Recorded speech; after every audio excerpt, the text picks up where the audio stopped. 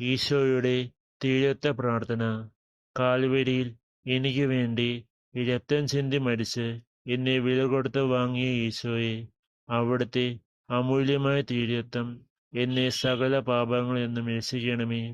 എൻ്റെ പഞ്ചേന്ദ്രിയങ്ങളിലും ചിന്ത, ഭാവന, ബുദ്ധി, ഓർമ്മ, കൽപ്പനശക്തി, ഇച്ഛാശക്തി ഇവയും അങ്ങയുടെ തീഴത്തത്താൽ ഓരോ നിമിഷവും കഴുകി വിശുദ്ധീകരിക്കണമേ.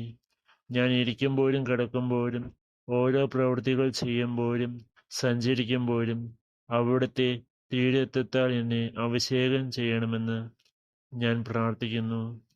അതുവഴി ഞാൻ സാത്താൻ്റെ കുടിലതന്ത്രങ്ങളെ എതിർത്തുകൊണ്ട് അവിടുത്തെ പാതയിൽ സഞ്ചരിക്കുവാനും എപ്പോഴും അവിടുത്തോട് കൂടെ ആയിരിക്കുവാനും ഇടയാകട്ടെ. ആമേൻ.